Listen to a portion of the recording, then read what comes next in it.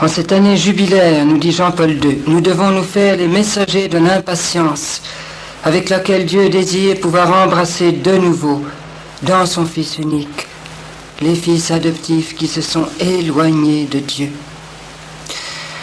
Nous sommes en pleine année sainte. Qu'est-ce que nous avons fait de cette année sainte, de toutes ces innombrables grâces que Dieu veut déverser sur l'humanité? Et j'ai l'impression que nous laissons son cœur s'étouffer parce que nous n'y faisons pas appel, ou si peu. Et c'est comme un gaspillage de grâces innombrables. Et la grâce par excellence de cette année, c'est précisément son pardon. Et Dieu est impatient de le donner. Et nous ne correspondons pas à cette impatience de Dieu. Nous traînons sur les trottoirs, alors que la porte est ouverte, grande ouverte, largement ouverte. Je me souviens de cette nuit où, de passage dans un camp de jeunes, j'étais réveillée à 2h du matin et une jeune fille vient me dire, me réveiller en me disant, j'ai entendu parler aujourd'hui de quelque chose qui s'appelle elle ne trouvait pas le mot, la réconciliation, c'est ça. Et alors, si c'est vrai, si cela existe, c'est pour moi, explique-moi ce que c'est. Alors je suis sortie du lit et j'ai expliqué. Et elle fut absolument bouleversée. Et elle s'est ouverte pour la première fois de sa vie à cette résurrection. Et je lui ai dit, lève-toi et marche. Et elle s'est levée et elle a marché. Le pardon, c'est vraiment cette dynamite qui fait exploser en 1000 morceaux, qui volatilise cet énorme rocher qui pèse sur nos épaules, qui nous écrase. Et il y a des êtres qui, tout au long d'une vie, sont écrasés par ce fardeau trop lourd pour eux, alors qu'il suffit d'un mot de Dieu et d'un pas de leur part pour que ce rocher soit dynamité. Je n'oublierai jamais cette nuit au cours d'un rassemblement où un garçon de 12 ans m'avait prévenu en me disant « Tiens-toi prêt pour 11h ce soir au pied de tel arbre. Nous t'apporterons un gros poisson. » Cela faisait 3 jours qu'il préparait un garçon de 18 ans à venir se libérer de son poids. Et à 11h précises, les voilà tous les 3 qui arrivent. Et je dis à Jean-Marc, donnons-lui ce nom, et est-ce que tu es prêt? Est-ce que tu ne viens pas forcé par les autres? Il dit non, je veux être libéré. Et je lui dis, bon, nous allons rester un peu ensemble, tous les deux. Il me dit, non, parce que ce que j'ai à dire est tellement lourd que je n'y arriverai pas si je ne suis pas aidé par ces 2 frères qui m'ont préparé depuis 3 jours. Alors nous sommes restés à 3. Et il y a eu cette espèce de douloureux enfantement, j'oserais dire, de ces énormes péchés. Il a fallu 1 heure pour que cela sorte. Et c'était comme mis au monde de Dieu, au monde du pardon, comme jeté dans l'océan de la tendresse de Dieu. Et après, en pleine nuit, l'exultation était telle que nous avons chanté, que nous avons dansé. Et là, le sacrement du pardon, c'est vraiment une fête. On l'a trop oublié, c'est une fête.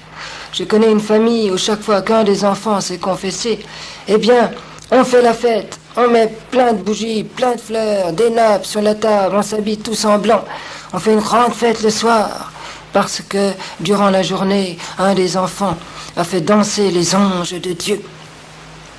Au rassemblement de Ars récemment, un jeune qui venait se confesser, il a d'abord pris le prêtre par les mains et a dit, avant de me confesser, je veux danser avec toi. Parce que c'est la fête. Et avant et après, ils ont dansé.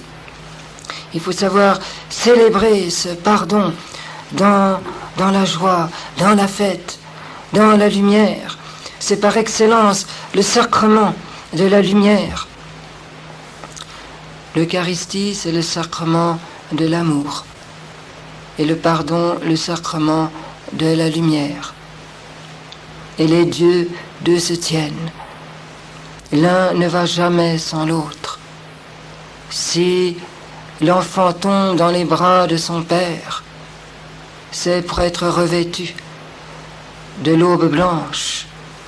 Et il est revêtu de l'aube blanche et reçoit l'anneau au doigt. Pourquoi ? Pour rentrer dans la fête, pour rentrer aux noces, pour cette célébration de la fête de l'Eucharistie. On ne reçoit le pardon que pour pouvoir recevoir le don par excellence, qui est le corps de l'agneau. L'Eucharistie peut être comparée à, je dirais, une longue thérapie progressive qui nous guérit dans nos profondeurs les plus profondes. Au long des jours, ou de messe en messe, les zones les plus obscures de notre cœur blessé reçoivent leur guérison. C'est long, c'est profond. Le pardon, c'est comme, au contraire, comme une intervention chirurgicale, rapide, brève, immédiate.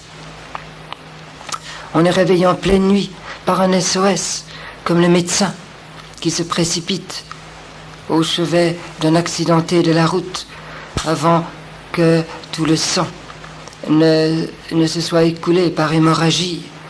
Et il vient mettre un garrot, il vient panser la plaie et l'amène à l'hôpital de l'église, pour justement cette longue thérapie, cette longue convalescence qui va être l'Eucharistie. Ce sont deux sacrements de guérison, mais de guérison très différentes l'une de l'autre. Et je disais que c'était le sacrement de la lumière. Comment oublier cette merveilleuse Pentecôte des pauvres à Lisieux, où le samedi soir nous avons célébré le sacrement de la lumière. Sous les arbres, sous chaque arbre, il y avait un prêtre, avec un serviteur en poncho rouge qui tenait une grande torche, qui grésillait dans la nuit, de manière à ce qu'on voit les foyers de lumière. Et je n'oublierai jamais ces visages qui s'apaisaient, qui s'illuminaient en recevant la lumière. Et après chaque confession, le prêtre donnait un petit lumignon à chacun, qu'il allumait à la torche du serviteur. Et il partait déposer ce lumignon sur une croix qui peu à peu s'illuminait. Et voilà, au cœur de la nuit, cette immense croix de lumière se dressant entre les arbres sombres sous un ciel d'orage. Et l'Eucharistie fut célébrée à la seule lueur de cette grande croix dont chaque flamme représentait une réconciliation donnée, où chaque larme versée représentait un feu nouveau allumé. Nous avons revu la même célébration un peu différente au rassemblement de Ars, où il y avait différents postes de lumière à l'entrée du village, devant la basilique, sur la place, devant la crypte, dans les rues, où chacun pouvait aller, je dirais, se mettre au clair dans le regard de lumière de Jésus. Et puis, toutes les petites lumières sont convergées au pied de la colline, devant une grande croix de lumière. N'oublions jamais cette lumière. Et quelle est cette lumière ? C'est la lumière qui tombe du regard de Jésus. Ce regard est d'une telle beauté, d'une telle transparence, que toutes nos opacités deviennent comme transparentes à sa lumière. Il n'y a pas une zone de notre cœur obscur qui ne puisse être transfigurée par ce regard-là. Et quand nous nous confessons au sens étymologique du mot, qui veut dire nous témoignons de la lumière. Nous confessons notre misère dans le sens que nous avouons notre misère, et du même coup nous confessons dans le sens de nous témoignons de la lumière dans laquelle disparaît notre misère, car la lumière tue Lucifer, la lumière dissout la misère de notre péché. Et cette lumière d'une telle douceur que nous n'avons pas peur d'y voir notre péché. Nous n'avons pas peur. C'est comme une lumière radiographique qui sonde notre cœur si nous le voulons bien. Elle ne nous force jamais, jamais. J'aime comparer ce regard au rayon laser dont on se sert pour des opérations chirurgicales. C'est une des plus belles inventions actuelles. Et vous savez que l'on opère des yeux, on opère de la cataracte avec, non pas le bistouri, mais uniquement avec de la lumière. Ce rayon qui est d'une telle intensité, d'une telle netteté, qu'il en devient tranchant, capable de graver des abcès et de cicatriser. Telle est la lumière du regard de Jésus. Et plus récemment encore, on a appliqué le rayon laser au déchiffrage de disques de la musique, car c'est le regard de Jésus qui éveille au plus profond de notre cœur cette symphonie d'amour, cette musique plus entendue depuis des années, cette musique de notre enfance perdue, ce chant d'amour du petit enfant que nous sommes, ce chant d'amour auquel nous sommes comme éveillés par le pardon de notre Dieu. Ce regard, c'est celui que Myriam de Magdala a un jour rencontré. Elle s'est laissée regarder. Et c'est ce regard qui explique que d'avance, elle se savait pardonner et que ses larmes ont coulé. Parce qu'il y a eu, avant toute parole de Jésus, il y a eu la parole de ses yeux. Et d'un seul coup, Myriam a tout su, tout deviné. Elle s'est su deviner, elle s'est su pardonner. Pardonner.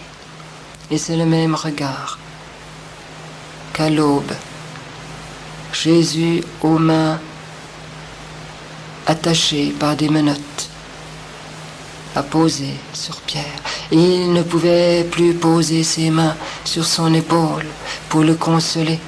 Il ne pouvait plus essuyer ses larmes amères.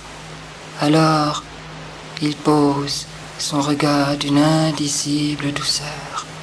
Et cela suffit pour, je dirais, désensabler la source des larmes de Pierre. Le regard de Jésus nous fait pleurer parce que les yeux de Jésus pleurent sur notre péché. Que Marie pleure sur notre péché.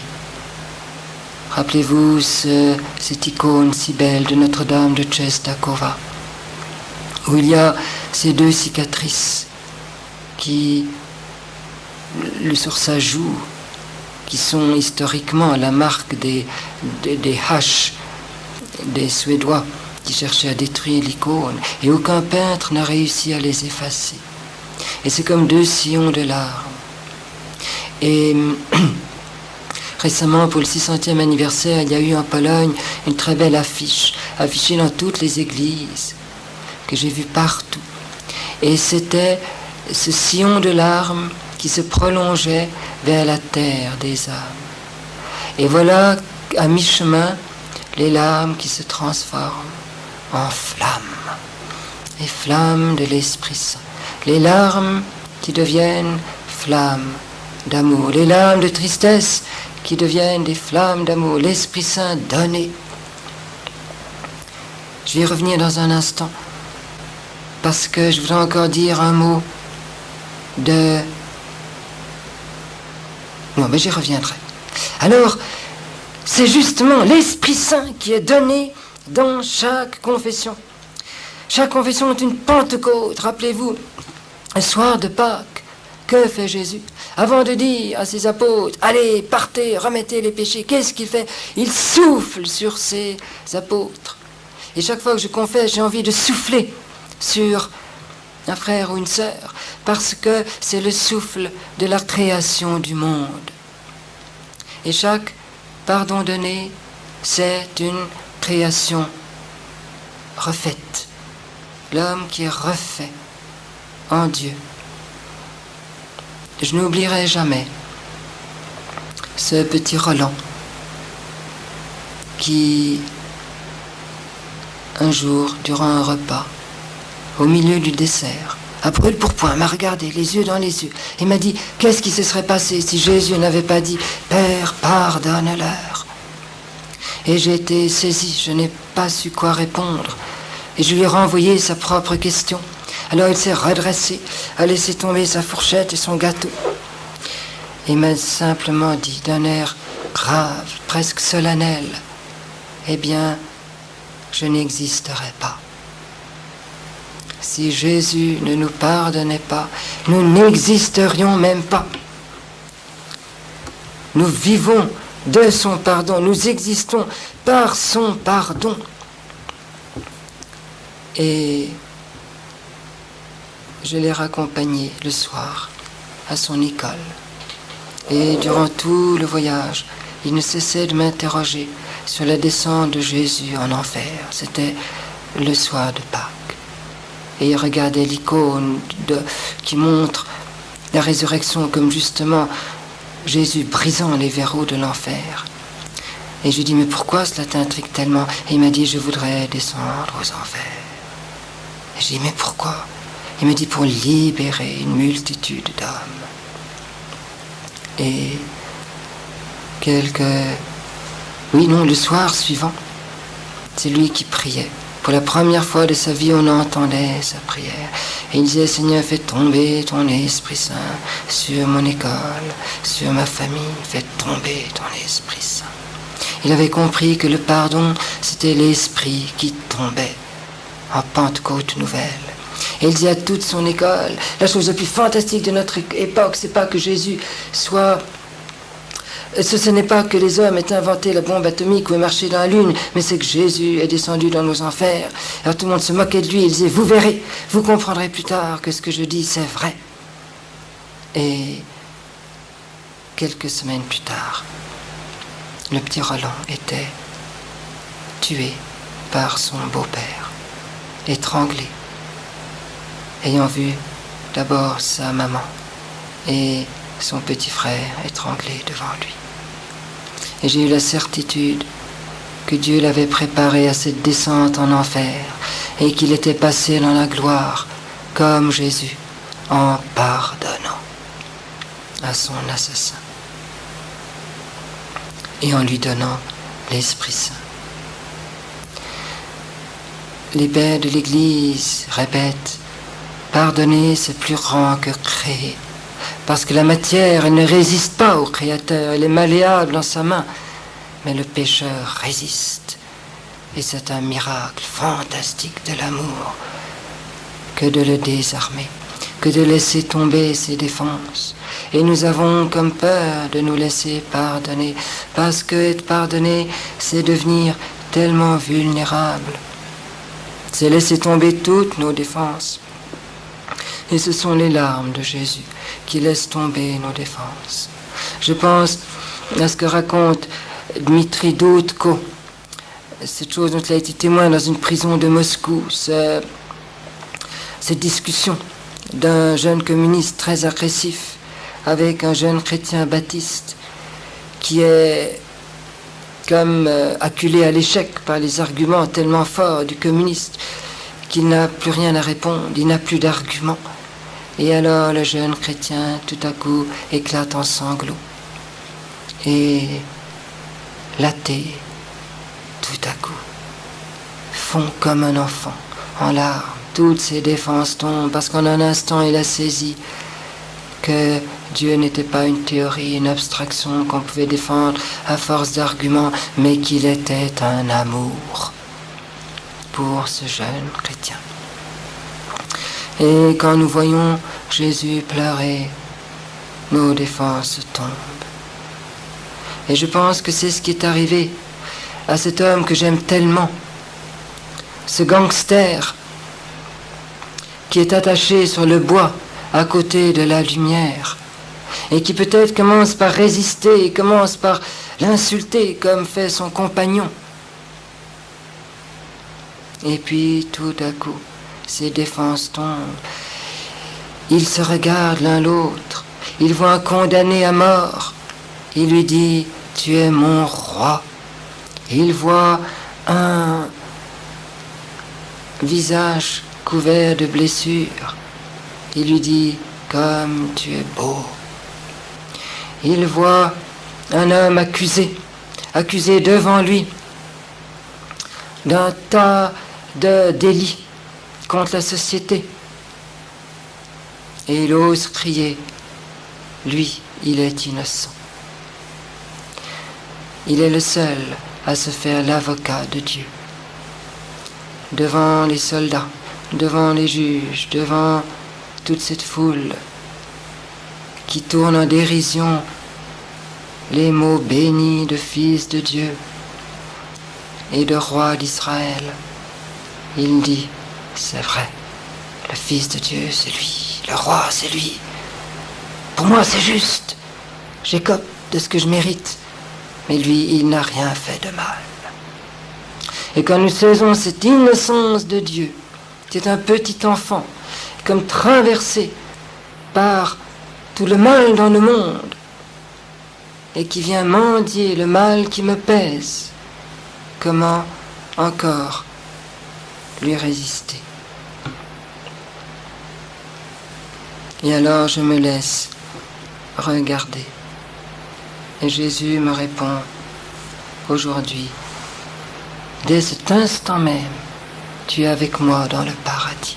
Parce que le paradis, ce n'est pas autre chose que de te laisser aimer. Et en ce moment, tu te laisses aimer jusqu'à te laisser pardonner. Tu es dans le paradis. Chaque confession, c'est la porte du jardin qui s'ouvre. Et nous entrons dans le paradis. Et nous sommes arrachés à notre enfer. Vous savez, le pardon est une chose radicalement nouvelle dans l'histoire de l'humanité, dans l'histoire des religions. C'est une sorte de nouveauté absolue, inimaginable à l'homme, laissé à ses propres forces. Je lisais récemment l'autobiographie d'un grand gourou hindou, vénéré dès l'âge de 7 ans, comme un petit dieu, adoré, les gens se prosternant devant lui. Et il est devenu chrétien à 25 ans. Et pourquoi? Et il écrit dans son autobiographie, comme hindou, nous n'avions pas le moindre concept du pardon. Il n'y a pas de pardon dans le karma.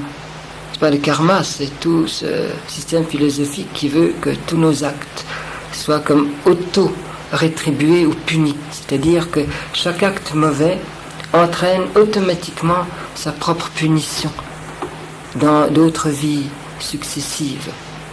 Et c'est vraiment un chemin de désespoir. Parce que ça veut dire que nous-mêmes, dans notre vie, nous subissons des choses mauvaises qui sont la punition de vie soi-disant antérieure dont nous n'avons même plus souvenir. Et c'est vraiment un chemin de désespoir. Parce que ça veut dire que nous-mêmes, dans notre vie, nous subissons des choses mauvaises qui sont la punition de vie soi-disant antérieure dont nous n'avons même plus souvenir. Et c'est l'enfer. L'enfer. Parce qu'il n'y a même plus de brèche ouverte sur l'intervention d'un autre. Il n'y a même plus de place, même plus un millimètre laissé à l'intervention d'un pardon qui nous permet de repartir à zéro chaque jour dans la fraîcheur d'un enfant nouveau-né. Et nous sommes comme rivés à vieillir de punition en punition. C'est l'enfer. Alors je continue sa phrase. Nous n'avions même pas le moindre concept du pardon. Il n'y a pas de pardon dans le karma et donc nous ne pouvions nous pardonner l'un l'autre. Dans le karma, tu récoltes tout ce que tu as semé et personne ne peut rien y changer. Je ne croyais absolument pas au pardon, c'était impossible. Et c'est justement cette révélation du pardon qui l'a comme libéré. Et je me souviens de ce groupe de chrétiens passés au bouddhisme tibétain à qui je parlais un soir.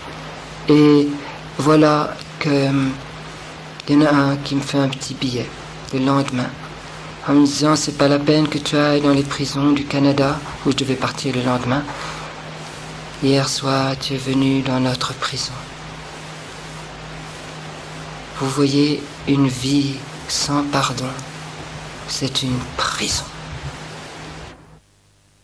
Récemment, j'étais dans une grande prison au Cameroun avec des milliers de prisonniers dans des conditions inimaginables dont j'en ai dit un mot à Ars. Et dans cette prison, j'ai vu les jeunes condamnés à mort qui m'ont dit « Nous ne voulons pas que la vie nous soit arrachée. » Et d'avance, nous l'avons offerte pour l'Église de Jésus. Et ils se sont constitués en association Saint-Maximilien Kolbe. Et ils ne savent pas quel jour ils vont être exécutés. Et ils sont rayonnants de joie. Ils se font les consolateurs de leurs frères. Et l'Eucharistie que j'ai chanté avec eux était d'une allégresse inimaginable. Des hommes libérés, des jeunes d'une beauté, d'une lumière que jamais je n'oublierai. J'oserais dire, comme pour le Liban, le ciel ouvert au fond de l'enfer. Et j'en parle parce que je voudrais citer cette lettre que j'ai reçue de l'un d'entre eux. J'ai nui à la société. Ils m'ont jugé et condamné à mort. Ils m'ont pris et jeté en prison pour que je pourrisse. Mais Dieu, étant miséricordieux comme il est, n'a pas tenu compte que je l'ai percé. Je l'ai outragé, j'ai violé ses commandements. Mais il est venu à mon secours. Et je pleure des larmes de joie, car j'étais perdu. C'est au passé, j'étais. Ma grande découverte en prison, tu vois, c'est le visage de Jésus. Et quand je dis souvent aux gens que je suis content d'être condamné à mort aujourd'hui, ils ne comprennent pas. Mais c'est moi seul qui sais pourquoi je le dis. Ceux qui disent que Dieu profite de nos malheurs pour nous racheter ont raison de le dire. Moi particulièrement, j'ai entendu, j'ai vu et je vis. Et je suis l'un de ces témoins. Parce qu'il m'a appelé et je l'ai accepté. Je le remercie beaucoup de m'avoir fait voir mes péchés, mes erreurs. Quoiqu'ils soient incomptables, j'ai la certitude qu'il me les a pardonnés. Quand je pense au nombre de péchés que j'ai commis, je regrette d'être né. Non, je ne regrette pas. La bonté de Dieu est en moi. Vous entendez, frères et sœurs, ce mot extraordinaire de ce petit gangster qui ose dire « La bonté de Dieu est en moi ». Ça veut dire j'ai le cœur de Dieu. Mon cœur est grand comme le cœur de Dieu. Et cette bonté, et je continue la citation, et cette bonté dépasse la mort. Alors, pourquoi ne pas le louer ? Oui, je le remercie de m'avoir montré mes erreurs. D'ailleurs, je me suis jeté corps et âme et je lutterai jusqu'à la dernière goutte de mon sang pour lui, qu'il fasse de moi son enfant. Et j'ai attrapé une maladie inguérissable qui est la prière.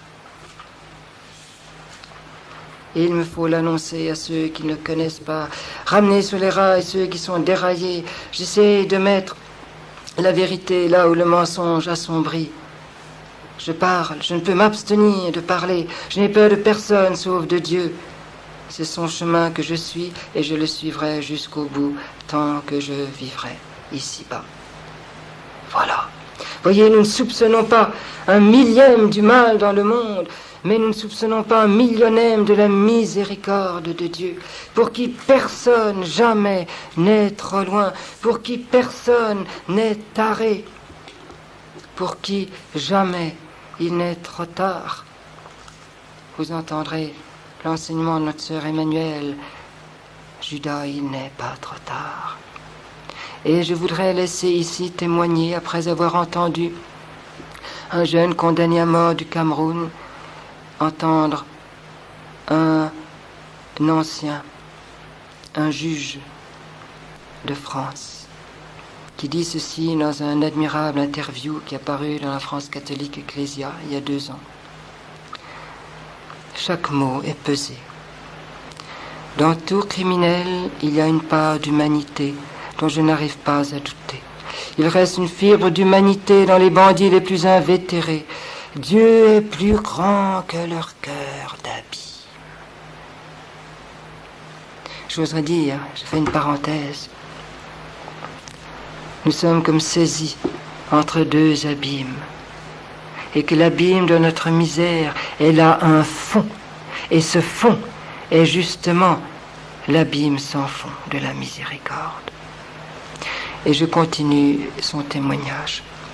Entre le moment où quelqu'un se jette d'une falaise et celui où il s'écrase, il y a une éternité, et place pour l'éternité de Dieu. Moi qui en ai beaucoup jugé, je sais qu'il n'est pas de crime que Dieu ne puisse effacer. Je crois qu'au creuset de cet amour, aucune haine ne saurait résister. L'enfer, je l'ai côtoyé. J'en ai éprouvé le vertige, mais c'était un enfer fait de main d'homme. Nous sommes habiles à créer l'abîme, mais il n'est pas sans fond. Comme magistrat, j'ai été amené à pratiquer la sévérité, mais jamais à professer la désespérance, même quand ils paraissaient les plus perdus. Dieu nous rend capables de Dieu, au point de rendre des anges jaloux. On devient chrétien quand on accepte de se reconnaître comme créature recréée par son amour. Et Dieu de toute éternité a voulu l'homme et ne l'abandonne pas à sa nuit. En tout être, il y a toujours comme un fond de Dieu. En tout être, il y a toujours comme un fond de Dieu. Décidément, l'échec n'est pas le dernier mot des choses. Quelle splendeur! Et si un juge peut affirmer de telles choses, qu'est-ce que cela doit être pour notre Dieu? Nul n'est trop loin pour lui. Avez-vous déjà pensé que les persécuteurs les plus grands, tous les Lénine, Staline, Hitler, ils sont peut-être dans la gloire de Dieu à intercéder pour nous. Parce que, comme on vient de l'entendre, entre le moment où quelqu'un se jette d'une falaise et celui où il s'écrase, il y a place pour l'éternité de Dieu. Et place pour cet ultime clin d'œil qui lave toute une vie dans les larmes des yeux de Jésus. Dans l'autobiographie du cardinal Wyszynski, ses mémoires de prison, quand il apprend la mort de Bierut, son persécuteur, qui l'a enfermé en prison, il a ce mot incroyable. Déjà, Bierut sait que Dieu existe, qu'il est l'amour, désormais il est de notre côté. Et il explique, La mesure de la miséricorde de Dieu, ce n'est pas tant la sainteté et la louange de ses amis, mais le salut des pires canailles. Nos yeux ne saisiront la puissance de la miséricorde que lorsqu'ils auront vu Dieu sauver et secourir des criminels que le monde entier haïssait. Mais cela n'aura lieu que dans la vie future. Et c'est là où je dirais qu'à chaque instant, les persécuteurs, des canailles, deviennent chrétiens, deviennent croyants. Quelle beauté, quelle beauté. Ah, vous allez me dire, oui, mais moi je ne suis pas une grande canaille. Je n'ai pas assassiné des millions de juifs. Je ne suis pas Hitler et Staline. Ou sans aller jusque-là. Je n'ai pas tué, je n'ai rien fait d'extraordinaire. Donc je n'ai pas droit à cette miséricorde qui recrée l'âme. Et alors je te réponds, comme Thérèse. Tu es capable à chaque instant de faire les plus grands crimes. Et si tu ne les fais pas, c'est que tu es pardonné d'avance. Pardonné d'avance. Et que Dieu a été dans la nuit ôter la pierre sur laquelle tu aurais pu tomber pour que tu n'y tombes pas. Et Thérèse pose la question, lequel des deux fils aimera plus son père, celui qui a été blessé et puis pensé guéri par le père, ou celui qui n'est pas tombé parce que le père a ôté la pierre? Et Thérèse dit, c'est celui qui n'est pas tombé, à condition qu'il le sache. Le savons-nous? Le savons-nous? J'aurais pu être moi-même le pire des assassins, le plus perdu des prostituées, si Jésus ne m'avait d'avance pardonné. Et je crois que nous devons transmettre ce pardon pour en vivre. Pourquoi est-ce que tant de confessions ne produisent aucun fruit, ou des fruits absolument minimes, insignifiants, par rapport à l'immensité du don reçu? C'est que nous enfermons dans un frigo le sang de Dieu. Nous le gelons, nous le stérilisons. Pourquoi? Parce que nous ne transmettons pas.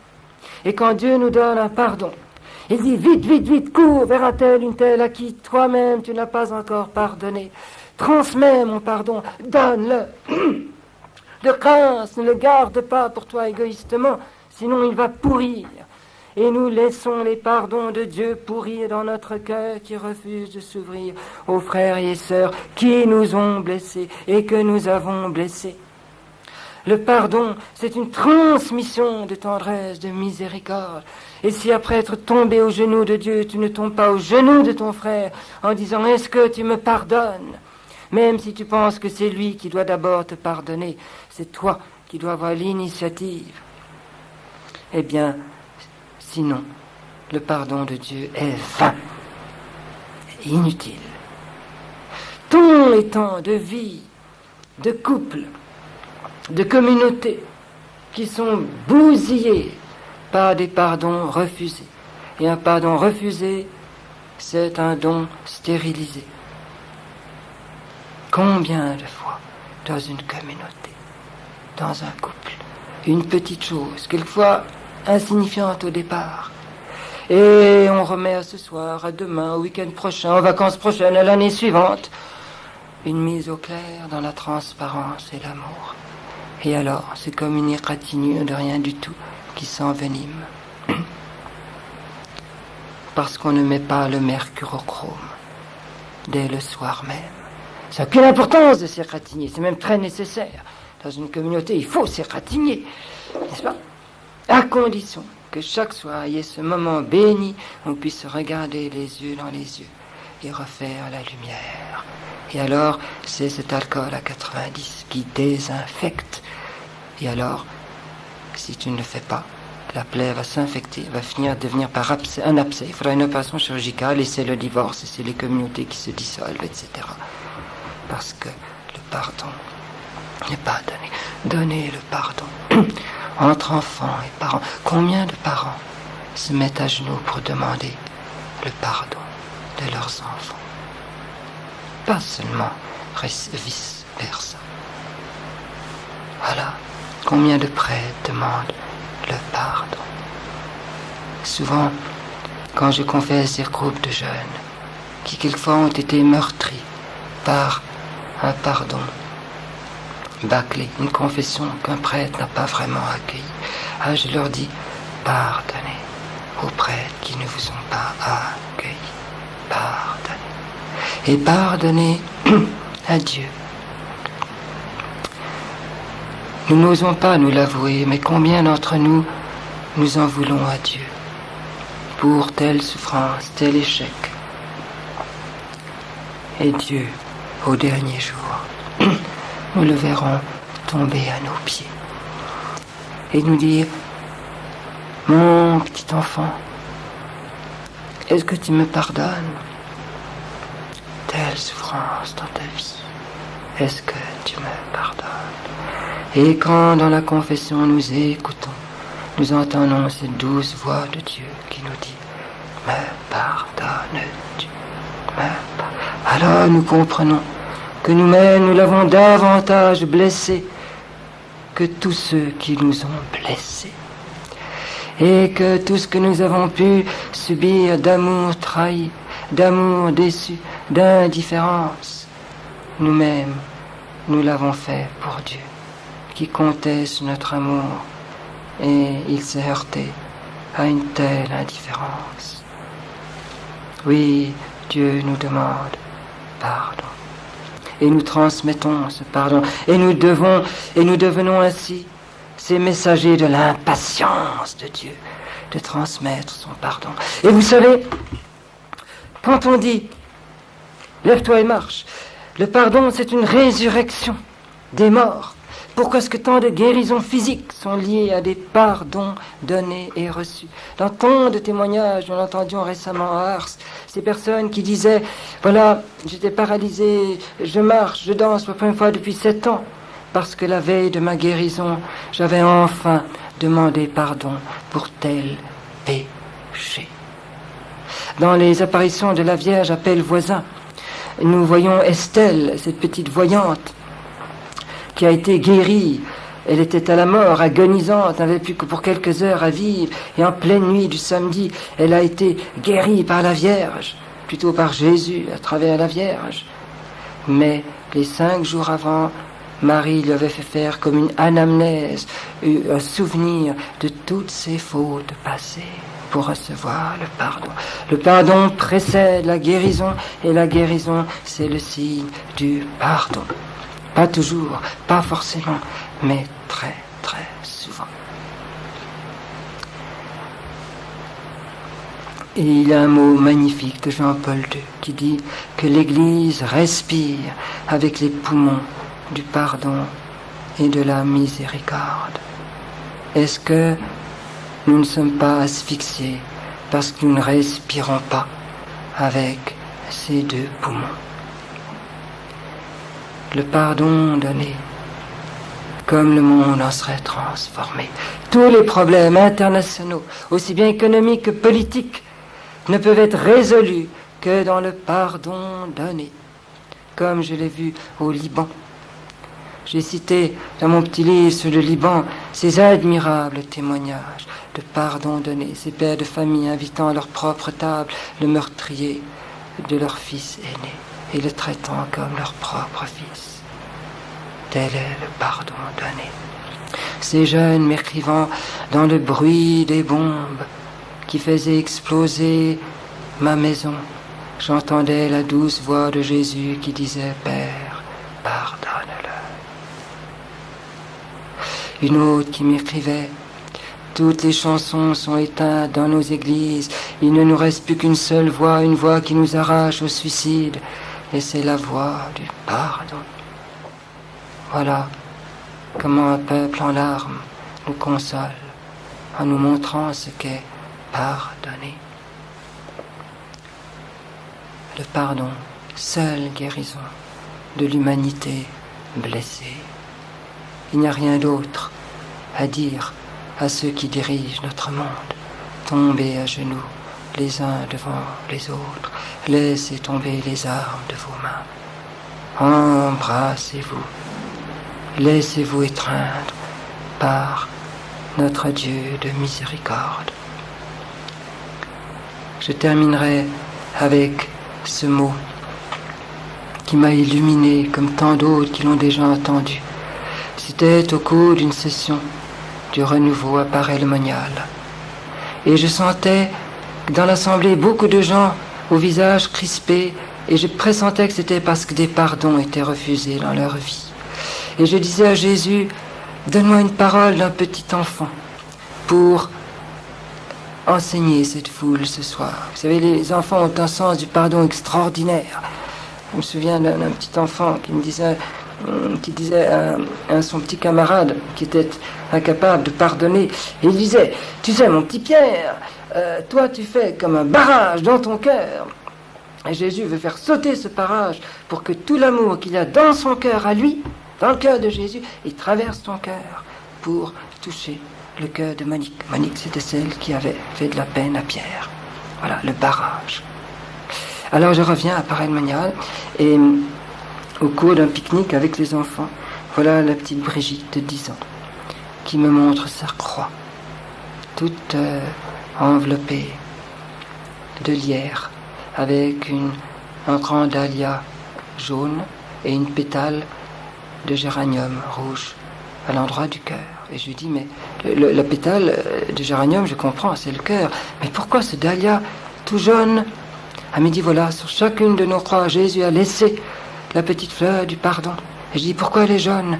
Et elle dit, parce que le pardon, c'est du soleil pour une vie.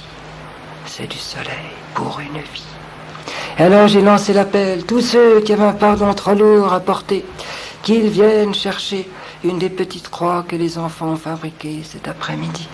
Et voilà tout un défilé qui vient pendant que la foule chantait doucement « Pauvre qui cherchait Dieu ».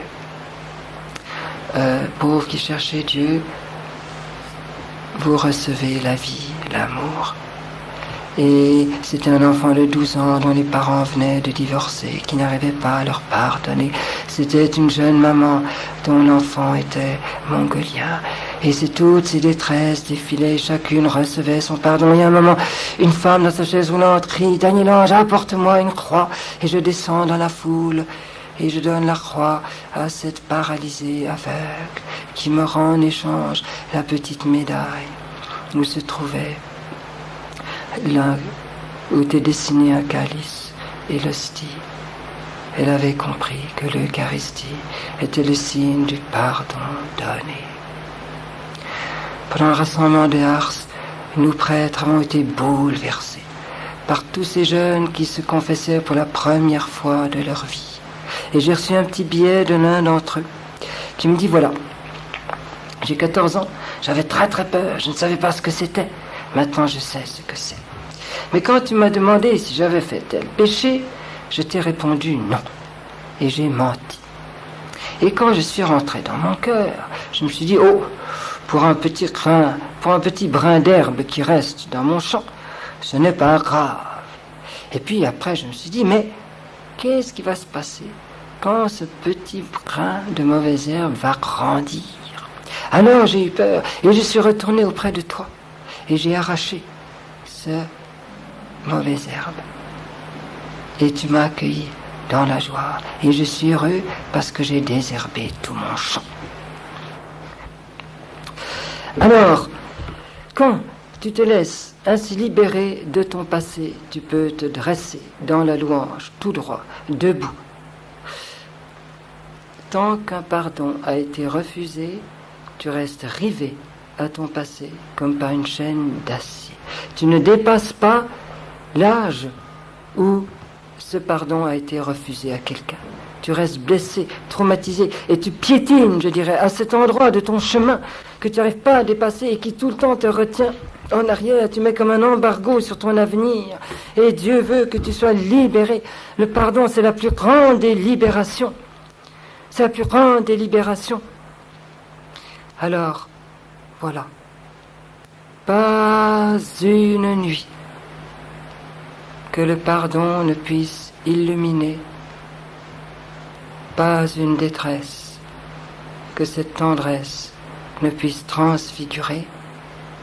Oui, le pardon, soleil de ta vie, joie du cœur de Dieu, joie de ton cœur, soleil de ta vie.